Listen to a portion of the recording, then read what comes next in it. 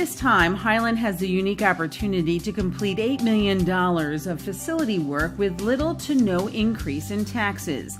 The timing of retiring debt and the availability of state aid makes this possible.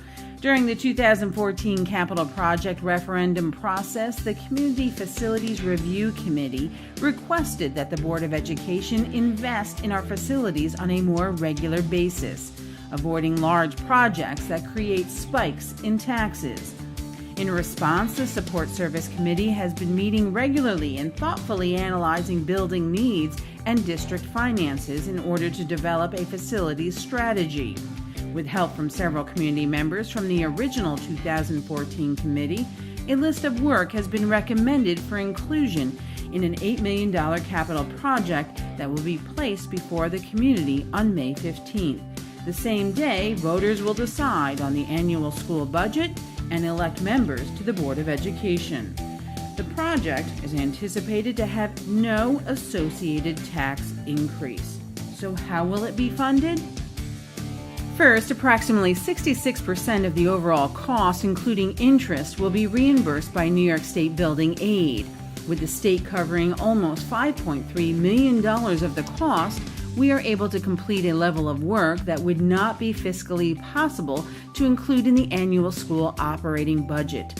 Also in 2015, voters authorized the establishment of a capital reserve to help save money to fund future facility needs. To date, $425,000 is available and will be used to help offset the taxpayers' cost of the proposed project. Lastly, starting in June of 2019, expenses for past capital projects are reduced as old debt is paid off. After applying state aid and the funds in the capital reserve, the cost associated with the new debt will replace the portion of the retiring debt that is currently in the annual operating budget. The result is the ability to complete $8 million worth of work without the need to raise additional taxes. So what will this project cover? The identified work has been prioritized to address the most pressing needs that can be addressed without increasing taxes. The proposal is designed to improve safety and health conditions of our students, upgrade some infrastructure items that are reaching the end of their useful life, improve energy efficiency, and enhance some student programs. So let's take a closer look at the proposed scope of work. After the district completes the transition to a keyless swipe card access system, all interior and exterior doors will be rekeyed, improving internal security. External lighting will be upgraded at all 3 buildings in the district. Current lighting is inefficient and ineffective, especially at the middle school, which creates safety and security issues. Additional switch racks for technology are needed to support the new digital security cameras that will soon be installed. Some of the interior emergency lighting at the middle school is antiquated and does not meet current building code standards.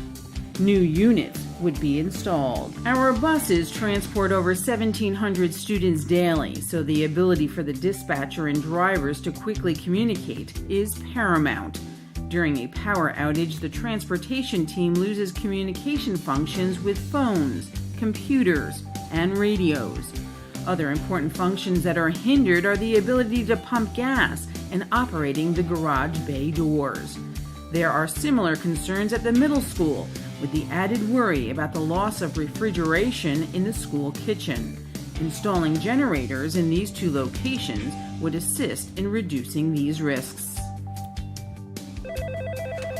2 new underground fiber lines would replace existing lines installed in the 1990s. These lines are responsible for providing the middle school with the data connectivity used for both instructional purposes and all essential communication functions. One of them is already out of service, and if the second line fails, there is no backup. During high school dismissal, the buses, staff, and student vehicles are all intermixed in the rear parking lot, generating high pedestrian traffic.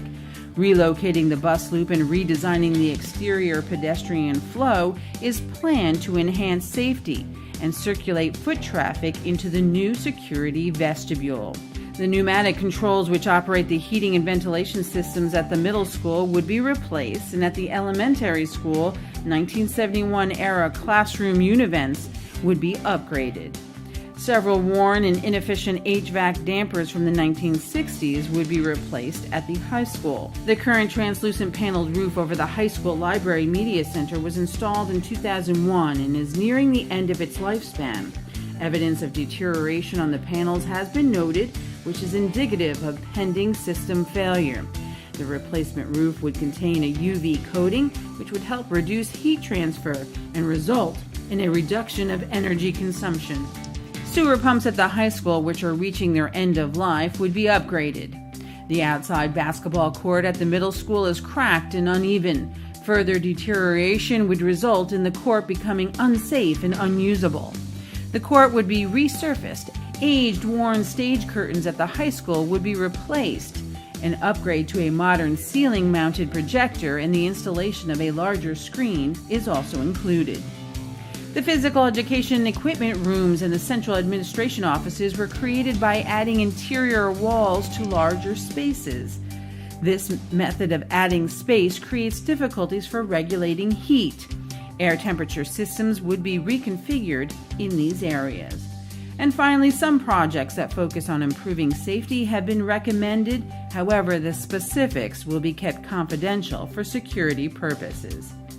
Even though there is no new tax increase anticipated with the project, it is still important for you to get out and exercise your right to vote. Voters can weigh in on the capital project during the annual budget vote and Board of Education elections, which will take place on Tuesday, May 15th. Polls will be open from 6 a.m. to 9 p.m. at the Highland High School band room. The capital project will appear as Proposition 2 on the ballot. Please, if you have any questions about the project or about the school budget itself, don't hesitate to call the district at 691-1014. And thank you for your interest and in taking the time to learn about this project.